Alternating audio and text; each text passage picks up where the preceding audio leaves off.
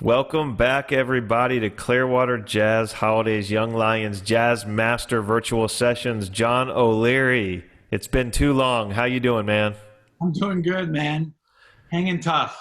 Good, good. Well, we're glad to have you back with us. Congratulations on Everybody Wants to Rule the World, La Lucha's new album. It is fantastic. I think I may have talked to you at least once or twice beforehand, but I wanted to say as part of this, it's an incredible album. Wherever everybody streams their music, please check out La Lucha and please check out this latest album. Did you have fun making it?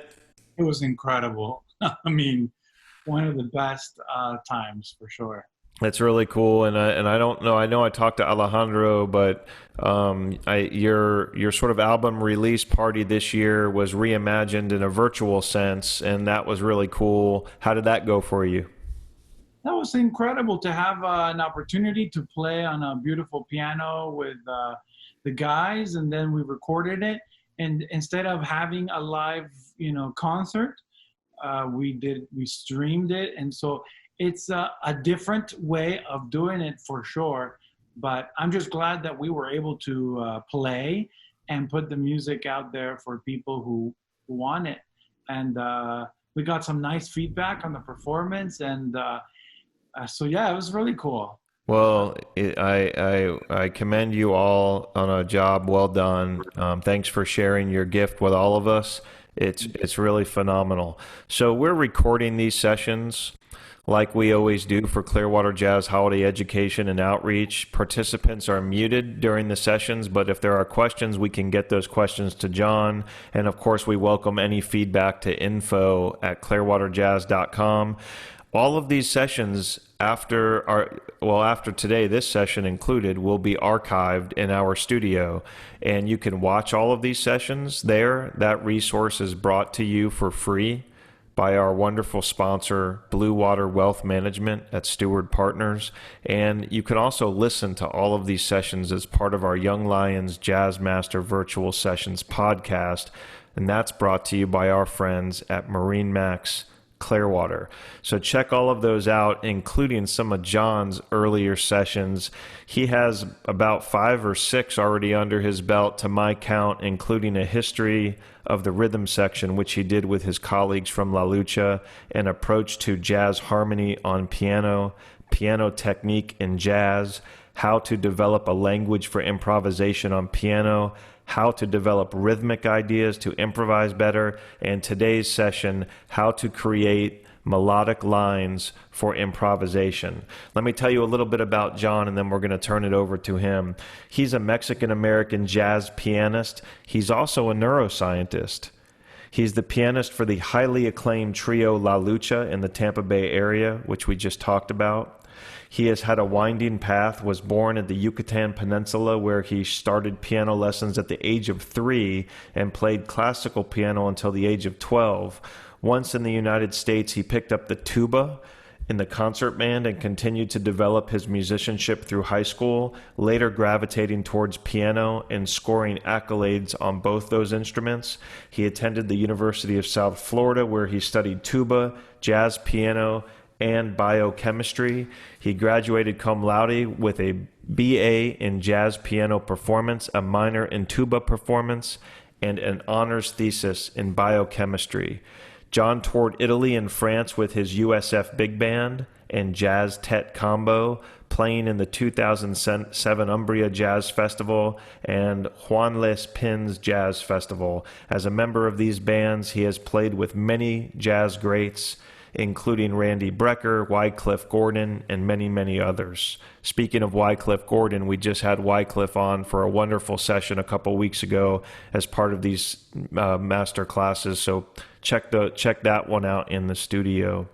As a scientist, John completed his PhD in neuroscience at the University of South Florida, where he is the recipient of the Ruth L. Kirstein Pre-Doctoral Fellowship from the National Institute of Neurological Disease and Stroke. He's been an invited speaker at the Society for Neuroscience, Midwestern Stress Response, and American Chemical Society conferences. So, without further ado, I'm going to turn the stage over to John O'Leary. John, it's great to have you back with us for your topic today. The stage is all yours. Hey, thank you so much for having me. It's really an honor to be here and to have this opportunity to talk with you all and to preserve this for posterity, and hopefully it'll be useful to people in the future. So the topic of this class is to creating melodic lines for improvisation. So what does that mean, a line versus what, right? So in jazz, I like to think of improvising as either in general purposes, for general purposes, to think of motivic playing versus linear lines playing. So a motive would be like,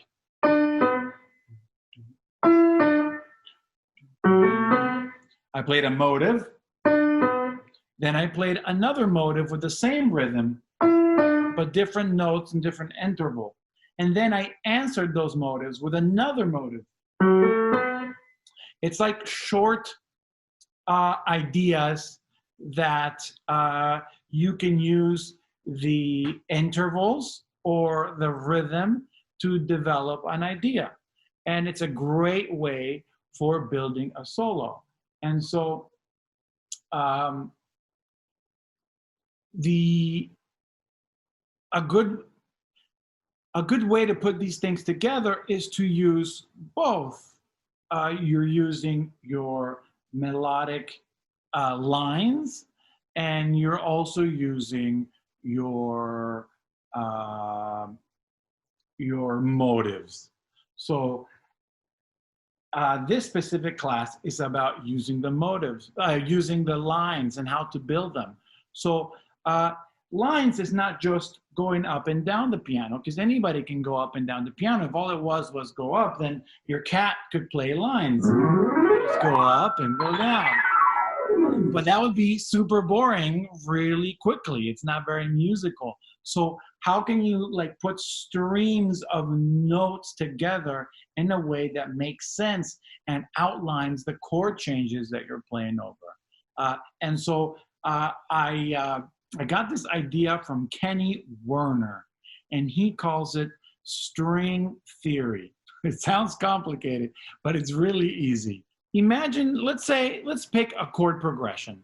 Let's play the chord progression for rhythm changes and do the bridge. The bridge of rhythm changes, it's very simple because you only have one chord for 2 bars, a D7, for example, in the key of B flat, and then a G7 for 2 bars, then a C7 for 2 bars, then an F7 for 2 bars, and then it goes to the last A. So for whatever reason, that progression had me for years. Every time we got to the bridge, I was just like, what do I play? I don't know. Like, I was just like, if I just play the triads of the chords, like, it sounds super lame.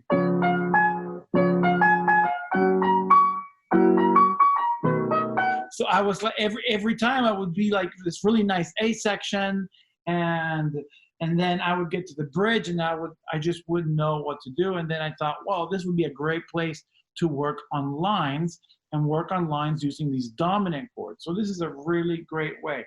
So the best way to build a line is to build a string, Kenny Werner's little string.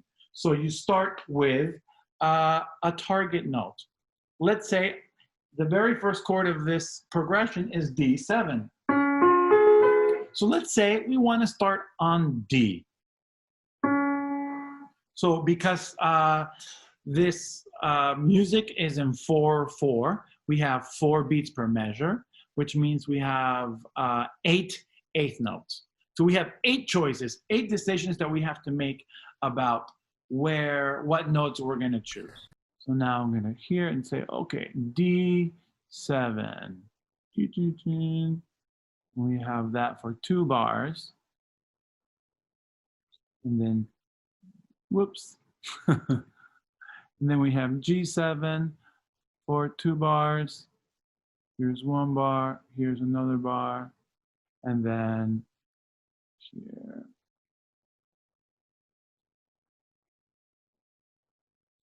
Right? C7 for 2 bars, and then F7. I'm not writing the chord change on the second bar for time, but these are 2 bars of D7, 2 bars of G7, 2 bars of C7, 2 bars of F7. So then I have 8 eighth notes here, 8 eighth notes here, 8, 8, 8, 8, 8, 8. And so then our goal for this class is to build a nice melodic line that we could use in this during using this chord progression. So then the tools that we need for this are, how do we pick notes? Do we just pick up random? That doesn't sound very fun or melodic or interesting. Maybe a little Schoenberg action over there. So I mean, at your artistic discretion, you could use a method like that. But we already have lots of musical structures that we're used to using all the time that we could use to make lines. For example, we have what the new kids on the block call them cells. I grew up calling them patterns when I was in college. And they have all these new stuff nowadays. I'm getting old here. I was watching a video, there's cells. And I was like, what are cells? I have no idea. And then I was like, oh yeah, a pattern, a motive, so to speak. Okay, so then we have enclosures. We have arpeggios. I think those are 2 Gs. We have chromatic movement. Okay, let me do another one here. We have scale movement, also like is also called diatonic movement.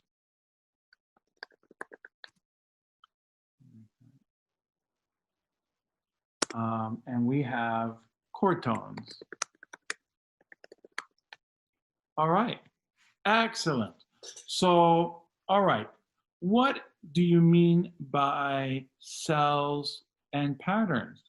Well, a cell or a pattern would be like 3 or 4 notes that are a unit, like or it could be more notes, but like nothing. It doesn't sound like an arpeggio or a chromatic pattern or a scale, but it's like a little motive that you could use. For example, Corn with David Baker. You ever heard that? Corn with David Baker, and it's a very popular like bebop thing. So then those first 3 notes are like the start of so many bebop lines, and in the middle of them, and then so that's a little pattern, and then you can add other notes, 1, 2, 3, 4, and so those are just from that little cell or pattern is, you know, super so many things that you can make. So that's one. For example, Coltrane used this a lot in his album Giant Steps, like 1, 2, 3, 5. 1, 2, 3, 5.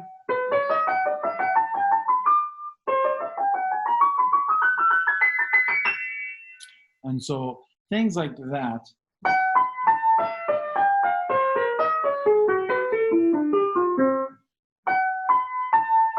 That little 4-note pattern. There's infinite number of patterns and things. enclosures. What are enclosures? An enclosure is you have your chord tone. Let's say for D7, the chord tones would be D, F sharp, A, and C, right? And just to simplify it, let's use the first three. And you would play all the notes around it.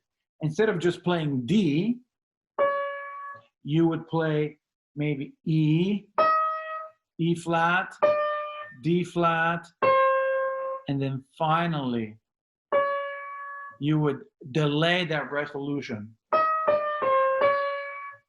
Okay, how would we do a enclosure of the third there? So instead of playing F sharp, we're gonna play everything around it. How about G, E, F, F sharp. So then if we put those together, and how about the A? We could start at the 7th and go C, B, B flat, A flat, finally A. So you're playing all the other notes. There's other ways, many other ways. We could do a whole class just on enclosures. But it's just about delaying playing that note and playing all the other notes around it. So arpeggios, that's just when you play those chord tones up and down.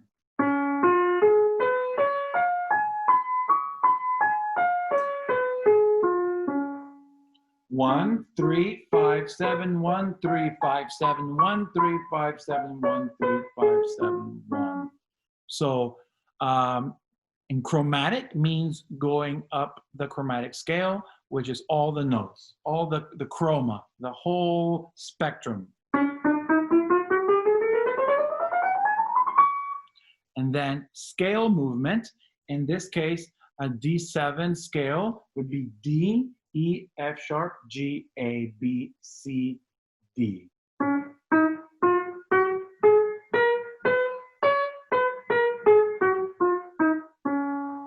So then part of that would be like diatonic movement in that. Like 4 notes there, 4 notes here. Any kind of like scale movement that is within the scale, up or down.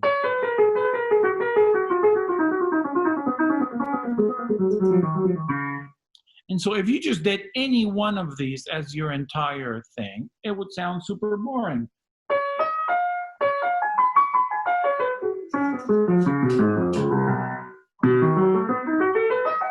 It sounds like you're practicing your scales rather than improvising. Nobody wants to hear you practice scales.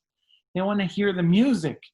And so how do you get to the music? Is by combining these, by starting at one place, figuring out where you want to end up, and that's where the string comes in. You start with one note. Let's say we want to start at the root D. And by the end of this pattern, we want to end up here at, let's say, F sharp. So we have 8 notes. We have a string of 8 notes, and we have to go from here to here. It's not very long, so we're going to have to go somewhere and then come back, or go around and land. And that's where our string is. It's only 8 notes long. So let me put a text here and see if I can write the notes here. That would be cool if I can write 1, 2, 3, 4, 5, 6, 7, 8. I can just make some space and make it work that way. Okay, so we're going to start with D. Okay, so let's choose one of these ideas. Okay, how about we start with an arpeggio. Let's do D, F sharp, and A.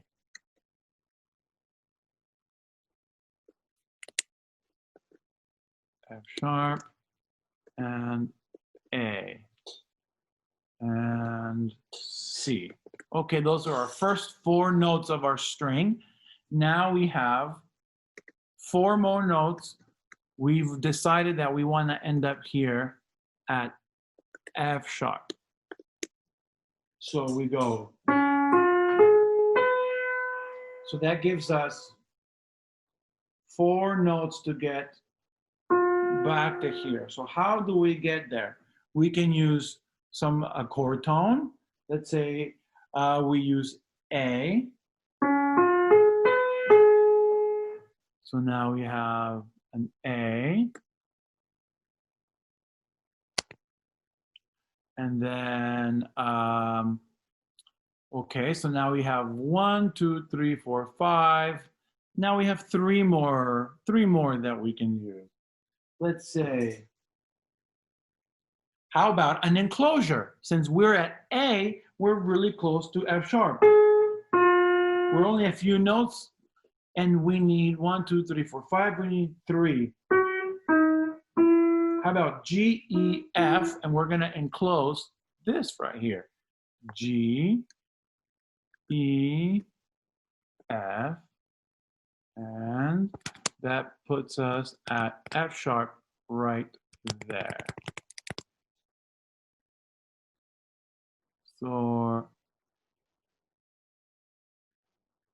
let's see if I can move these guys. Hello, let me move you. Okay, well, that's fine. We're stuck with where those letters are at the moment. So then that gives us this.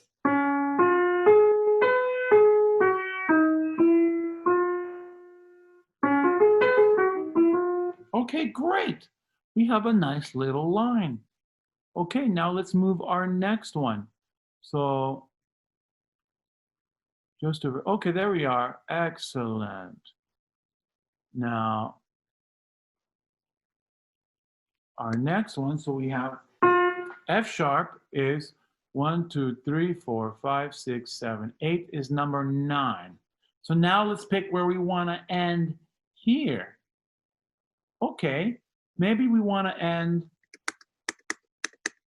on an F there. Let's end our G on an F.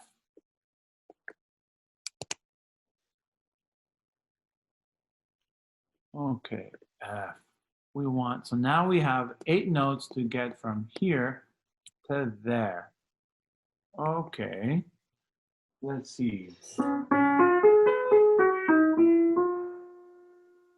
Let's see, we used an arpeggio, a chord tone, and an enclosure. So how about we use a scale pattern? So we go.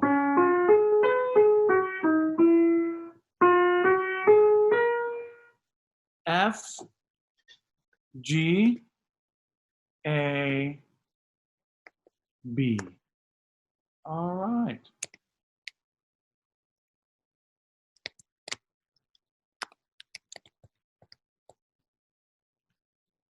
So now we have the first 4 notes. F sharp.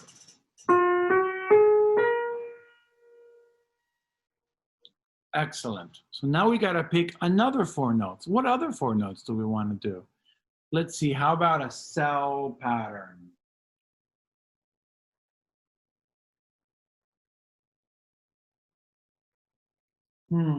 What cell pattern could we use there?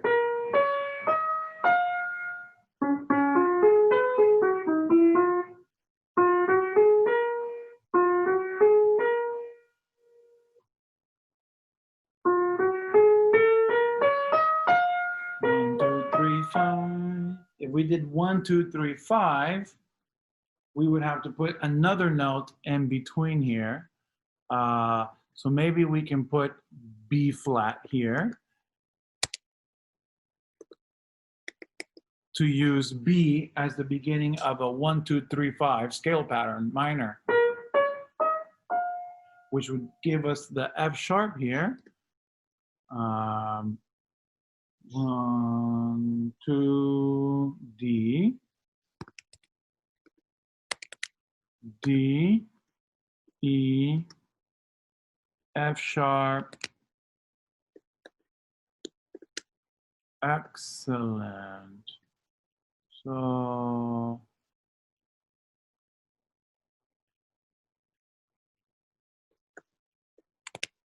and then F. So this is a great exercise for practicing how you want your lines to sound. You're using building structures that you're familiar with in jazz, and you're putting them together like puzzle pieces. So we have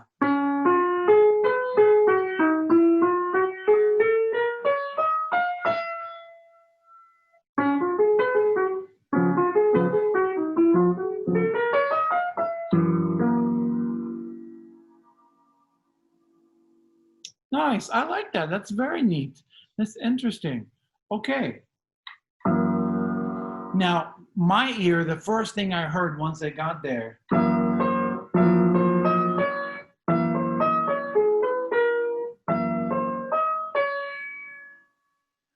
that is like an enclosure of the fifth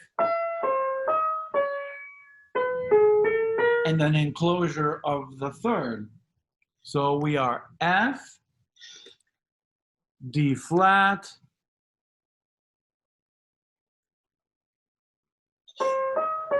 E, D. So we're enclosing the D, which is the fifth of G.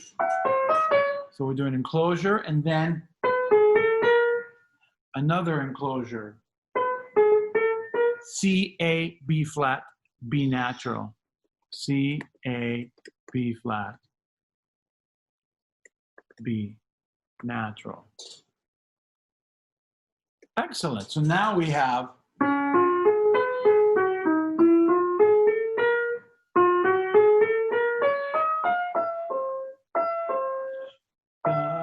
what do we 1, 2.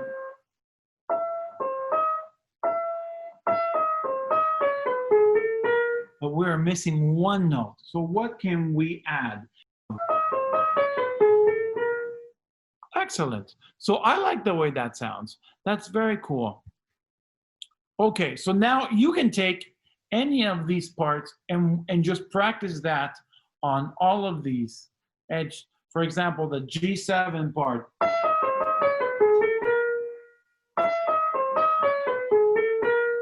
We can do that on here.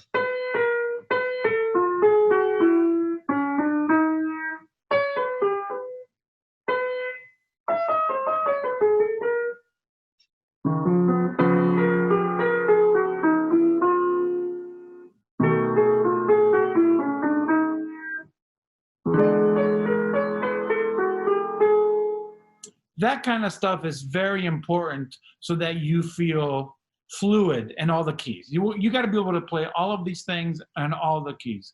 And it's much funner to synthesize your own stuff, create something that's yours, and then practicing it. Or you could just do arpeggios. That's also good. You know, it's important to do those, but a little bit more boring if you put them as part of a bigger picture thing that you're working on. And so now we have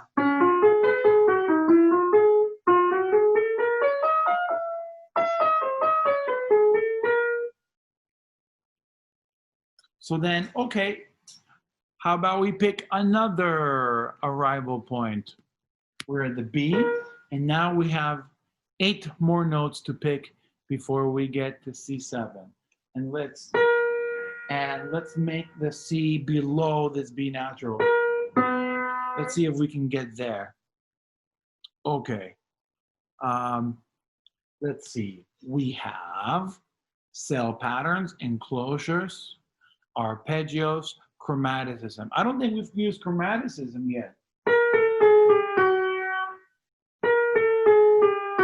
Let's go chromatic to the G.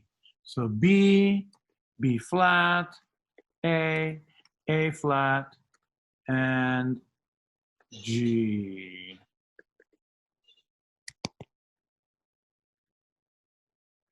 And do this here like that. And start a new. We need 4 more notes here. So then.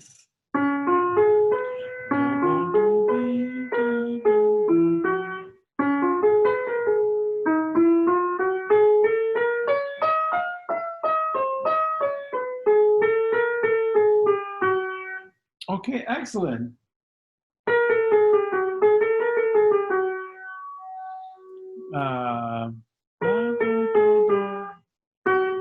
G. And now we have 1 and 3 more notes to get to a C over here. We could do a scale pattern. 1, 2, 3, 4, 1. We could do let's an arpeggio. We could do chromatic. Let's see.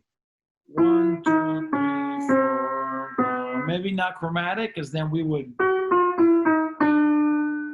be 3 notes short of C. But we could do some chromatic and a combination of scale and chromatic, like, or maybe arpeggio and chromatic. Arpeggio, like a chord tone, chromatic. So that might work. Let's try that. E, D, D flat, and then we land here. C. Nice.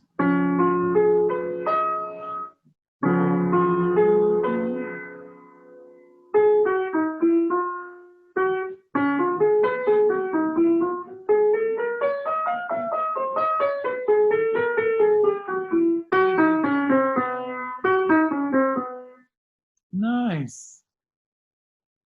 Excellent. So that's a nice little line that we developed. But everything in here has been very inside the chords so much. And maybe we want to show an example of how we might do this with different scales, or to get a different sound, more different flavors of this dominant sound. Okay, so we are here at C7. Maybe we want to use a diminished scale, and maybe we can use diminished patterns. 1,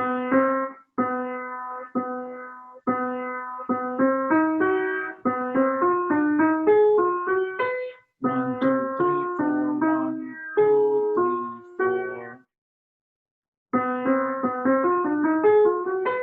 4.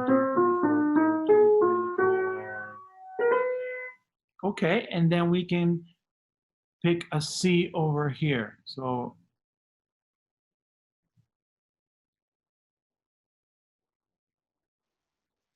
we hear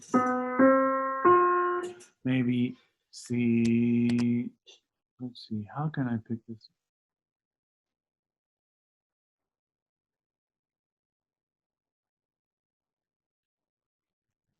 There we go. Oh, I see. So select C, D flat, F sharp. So the diminished scale is, this is for a dominant chord, you want to use the half whole diminished scale.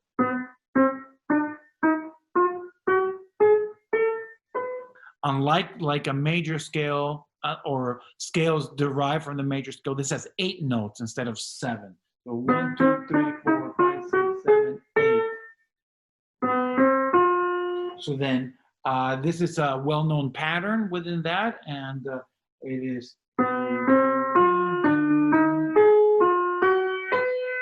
So okay, C, D flat, F sharp, E flat, E, A. Okay, E flat, E, A. So we have 1, 2, 3, 4, 5, 6, 7. 1, 2, 3, 4, 5, 6, 7, 8, 9. F sharp, G, and C. Boom, our 9 notes.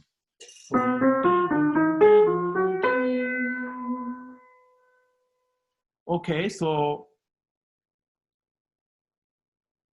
how about we can do the whole rest of this bar using enclosures. 1, 2, 3, 4, 5, 6, 7, 8. And sometimes you don't have to always be so deliberate so that the beginning of this is a chord tone, right? And then the beginning of this, the F here is a chord tone. And then the beginning of this is a chord tone. Sometimes you can blur them a little bit so that the F7 stuff starts a little bit later.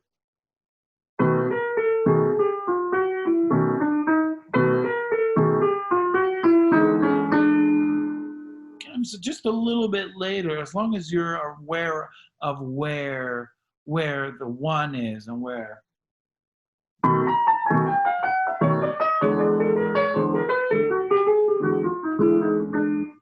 And so that's just using enclosures.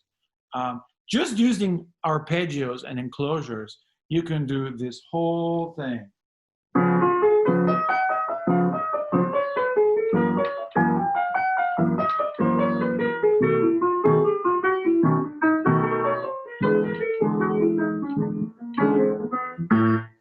That was just using arpeggios, chromatic stuff in the middle of our enclosures.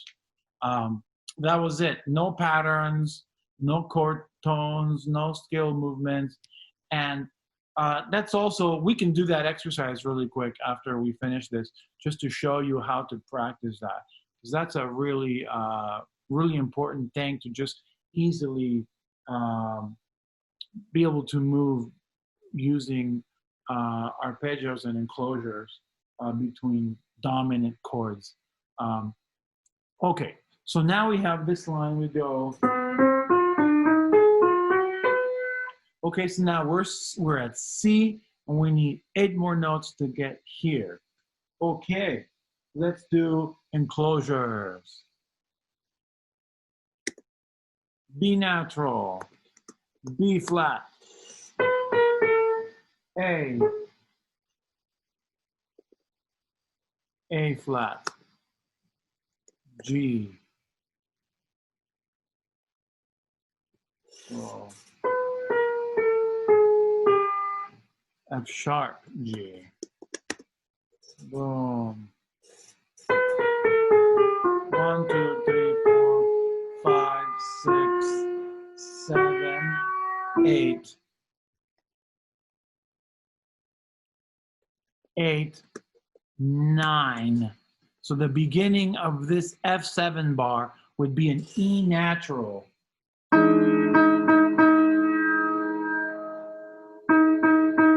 Doesn't sound very good, but that's okay, because you are just making it a little passing thing, just for a moment, you know. It doesn't have to all be super linear and everything fit exactly all the time. And like,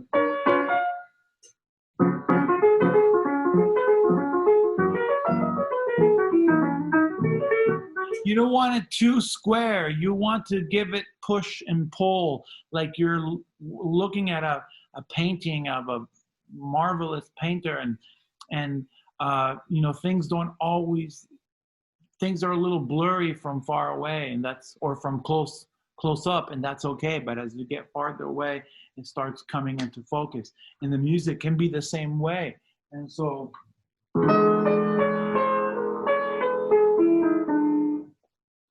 what was that?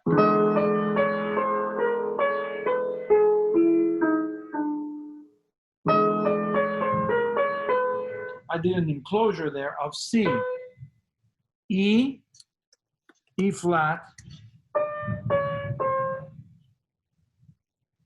D, D flat, B, D, C.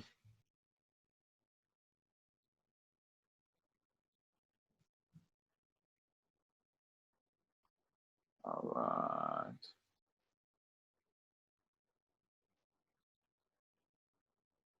So 1, 2, 3, 4, 5, 6, 7. 1, 2, 3, 4, 5, 7, 8.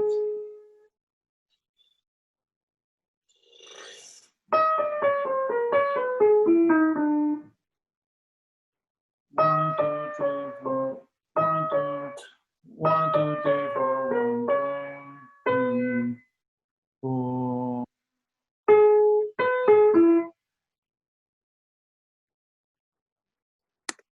A, F. So we have 1, 2, 3, 4, 5, 6, 7, 8, 9. So the beginning of this bar is an F, the next bar is an E, and the next bar is an F. So you see how at first it's like, how is he going to get out of that?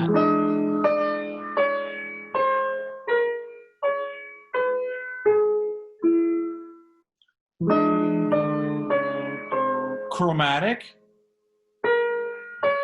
enclosure, arpeggio.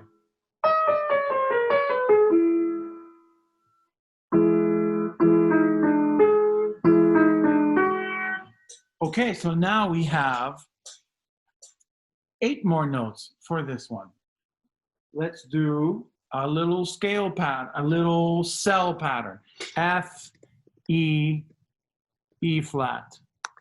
The bebop scale pattern, the bebop cell thing. There we go.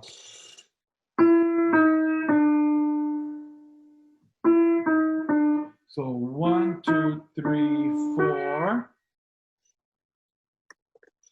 Okay, and now we have, so we have 1, 2, 3, 4. We have 5 more notes to land. And let's say we're gonna land on a B flat, so we can be ready to land on the next chord, which the next chord here would be a B flat. Okay. So let's see. How about on arpeggio? 1, 2, 3, 4. And we want to get to B flat and we do an arpeggio.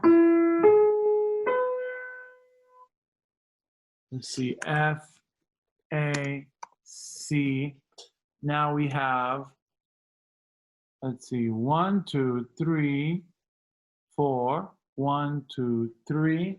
1, 2, 3, 4. 1, 2, 3, 7. We got 2 more notes. Maybe B natural to B flat. A little chromatic movement there. B flat. Okay, excellent. So then F7 would sound like this.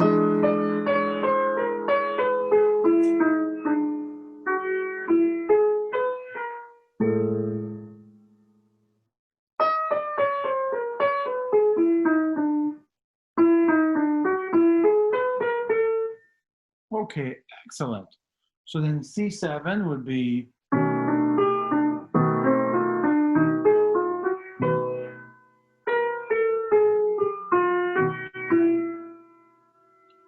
let's see.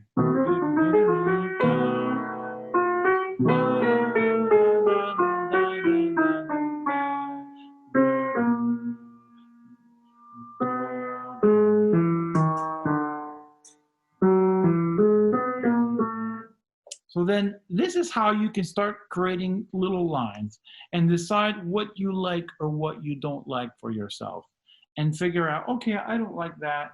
And maybe I like this, and you start developing, at least you have a clear line that has the chord changes in them, that tells you what the chords are. And you're using elements of music already. So it's not random. It's like actual stuff from the scale, patterns, enclosures, arpeggios, chromatic, scale movements, chord tones. So excellent. So, and you can pick an arrival point and figure out how much string you got to go from here to there, and how much you need from here to there. And you have these notes in between. And obviously, if you make and you write these down in your notebook rather than doing it here, and you can start building some lines, and then you practice these and the different keys,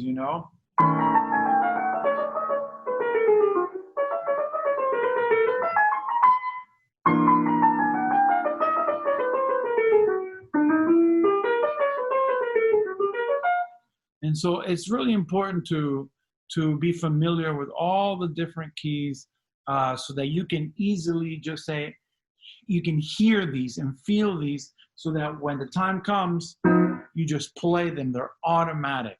And so you have to practice this a bunch.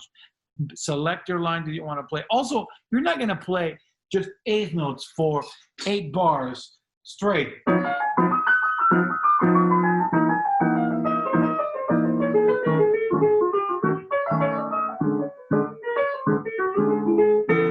That's a little boring. This is just an exercise for creating lines. In real life, you're going to combine your approach of the motives with the lines.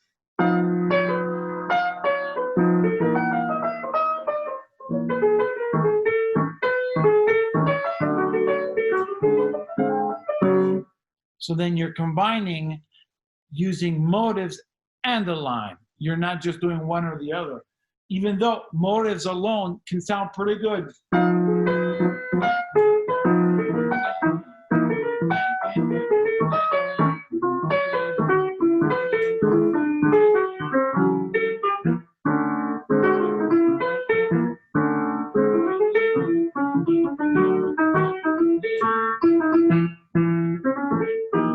Right? No lines. The lines are really, for me, they're like, they're not the cherry on top, but they're also not the meat and potatoes. You have, maybe it's the whipped cream. You have the ice cream, the whipped cream. So then you're like,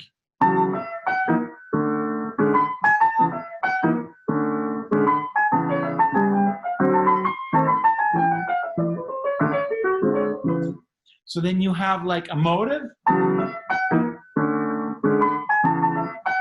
an answer to your motive, and then the answer to the motives can be a line.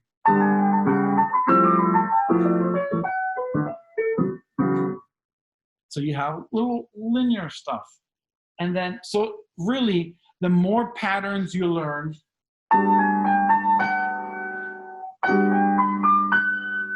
and the more of these things you do, and all the keys, the easier it is to improvise lines on the spot.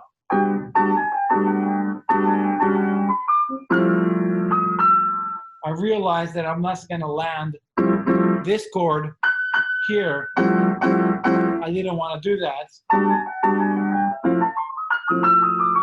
So then you start building these little vocabularies of chromaticism, arpeggios, enclosures, cell patterns, and you can become so familiar with them, then you can manipulate them on the spot and combine those with nice motives, and then you have beautiful improvisational lines.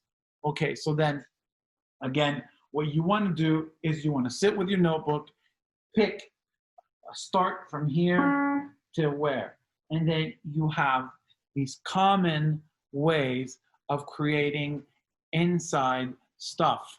using scales, chord tones, arpeggios, chromaticism, enclosures, cell patterns, and you pick notes from those.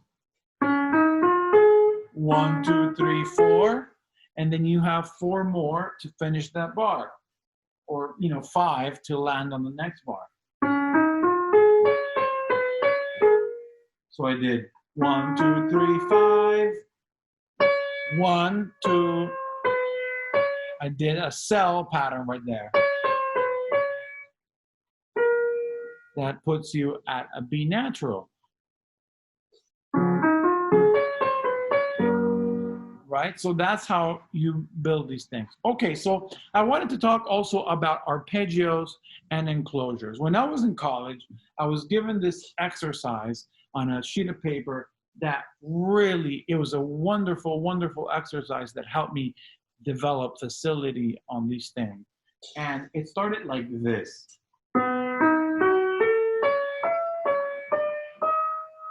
Let's say that we're doing a C7. I'm going to clear all this stuff because you'll be able to see this later on the video when you stream it again. So I'm going to clear it, clear all drawings, bye-bye, and text. Okay, so we're doing C7. We're playing all C7 stuff. And let's say you start here. You're doing arpeggio and then enclosure into E. So C, C, E, G, B flat, D, F, D, E flat, E.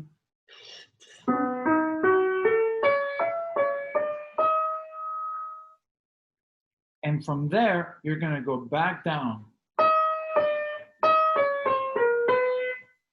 Enclosing C. So you did arpeggio. These were the arpeggios. These notes right there, that's an arpeggio. And then these notes right here, the F is in common with both. That is the enclosure. Then you're going to do another enclosure all the way back down. D, D flat, B natural, C.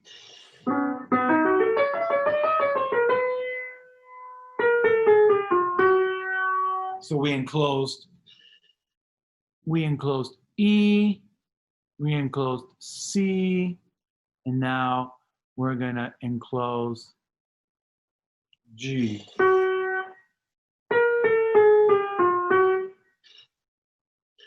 B natural, B flat, A flat, F sharp, G. So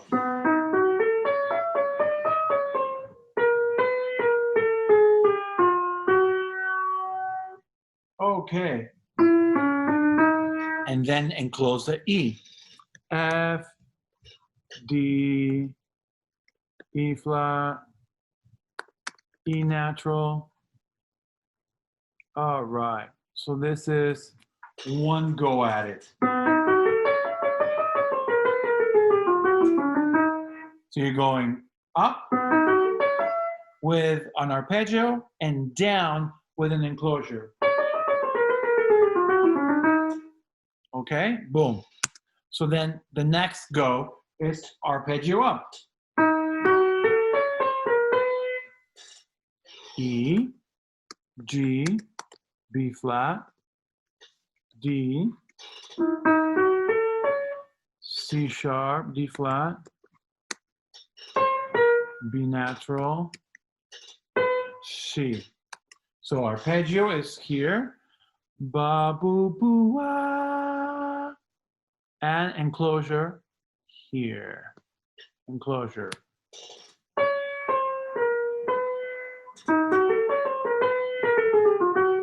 And then we go back to G. which is this. Copy and paste. So now we have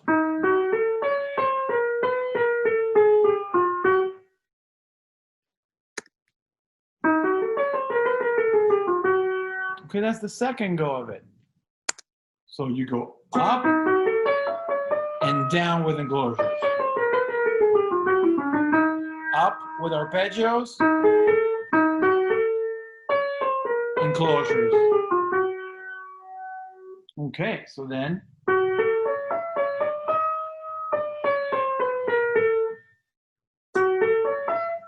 G, G, boo, ba, B, boom, boom, bum. We're going to take this right here. We've played everything before.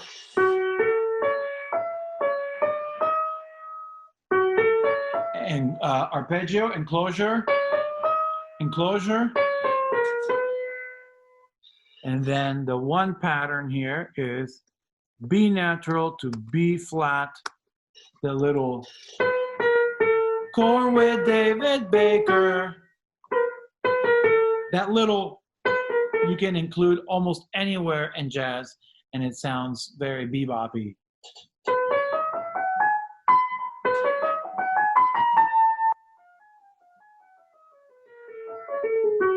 It's very super bebop-y to use that. So then here we go. Arpeggio. Ooh, we haven't done this arpeggio starting on the 7. So we're going to do the B flat here. Go B flat, D, F, A.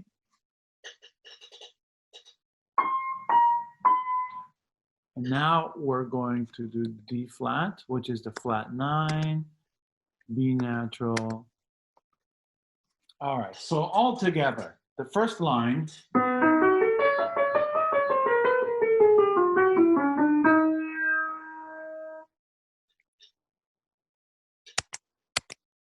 The second line. All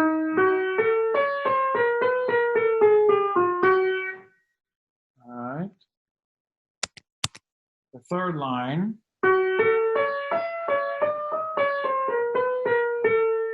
And the fourth line.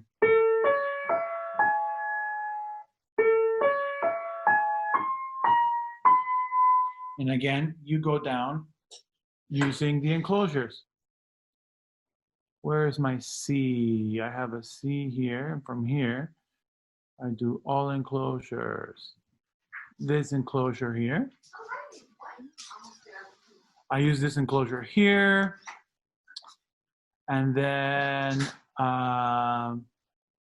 where's enclosure to E? And all the other enclosures. You can copy and paste the enclosures there. So you go B flat, ba, bo, ba, D flat, B, C, C, C, B, ba, ba, ba, ba, ba. Here.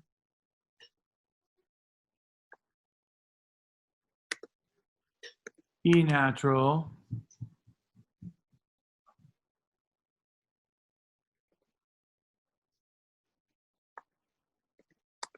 And the whole pattern.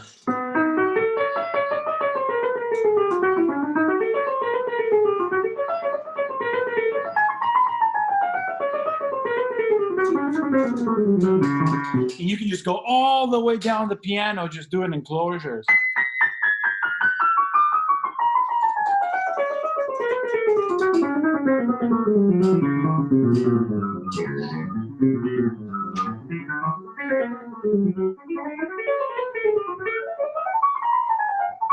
And it's like super great tool for building technique in jazz, and you're already building your lines, you're doing everything that we've done so far, but just, 2 basic only three of the techniques that we talked about, and you're covering like so much of that dominant sound that we use in jazz.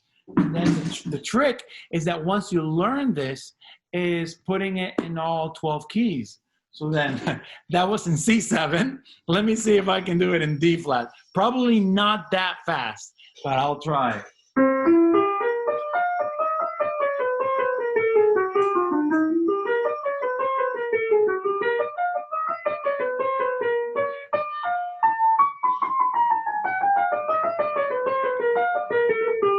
Okay, and so on.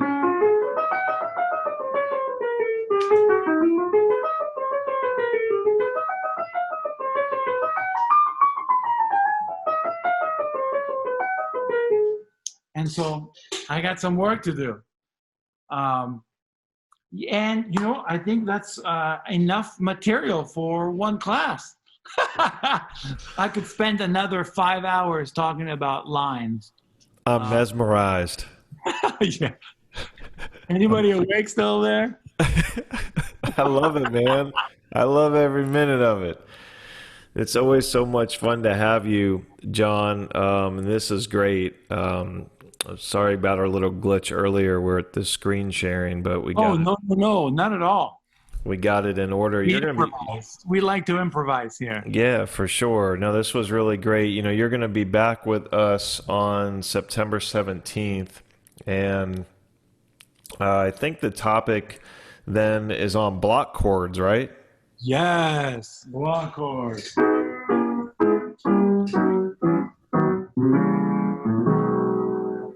What is your idea for that particular class? How to use block chords? It's a framework for creating block chords and how to practice them. A lot of it is using these scales to just get in them. And then there's a lot of different ways to do it. You can do it four notes, 5 notes. You could do it drop 2, where you take the second from the top and you put it down an octave.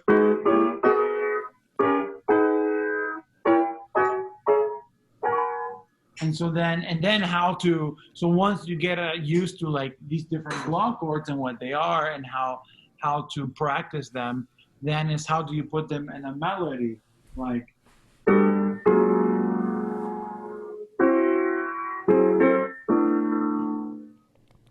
For example, you know how to use them in standards and, you know, playing solos with them and improvising with them. So it's just like a general 101 on block chords.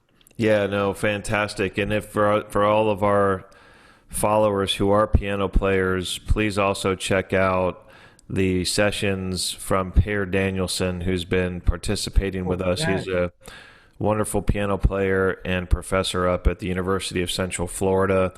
And I know John's really familiar with Per. Both are regular participants with our outreach and our Young Lions program. And Per has done. Started. What's that? Per got me started on the piano. I would not be here without him. He took me in. I was not accepted into the jazz program when I first applied, and he said that I could join a remedial class for like the piano classes that the trombone majors take and the trumpet majors, so that they can learn basic chords. And I'll show you some stuff, and in a few months, by the end of that class, you'll be ready to apply for the jazz degree. And so without him taking me on, I wouldn't be here. And then he was my teacher for the first 2 years. So I did not know that. Man. No, that's really cool. Well, his sessions have been great. He's the nicest guy in the world, and he's got some really cool ones up in the studio, or you can listen to him on the podcast. He's also coming back at the end of this month with Michelle Mayo on a piano and vocals session called Piano and Vocals, a Common Duo, which should be pretty neat. Michelle's been contributing some really cool sessions from a vocal standpoint, which is new to the Young Lions studio. So check those out. In fact, Michelle's got another one on guide tones and the blues, singing beyond the blues scale coming up. If you are a vocalist, you may want to check that out. Anyway, a lot of great stuff. John, I really appreciate you continuing to be part as we build this sort of wonderful treasure resource for students of really all ages to participate in. And, I'm looking forward to seeing you the next time you're with us, hopefully soon. Thank you so much. Thank you for having me. Stay safe. And we're getting close. We're getting close. Yeah, I know, man. I mean, it's unbelievable, but we're all trying to just be creative and find ways of getting the music out there. Certainly with our outreach, this is one way we're doing it, but we definitely hope to be back to that congregated live shared experience of music as soon as possible. I know we're working on some things at the Clearwater Jazz Holiday for later in this year, and I'm sure John may be part of that. So we'll stay tuned on that stuff. But on behalf of the Clearwater Jazz Holiday Foundation, thank you to those participating today, those listening in the future, and thank you, John, for being a wonderful part of our outreach. Good to see you all. All right, everybody, stay safe out there. Be well. Keep playing, and we'll see you soon.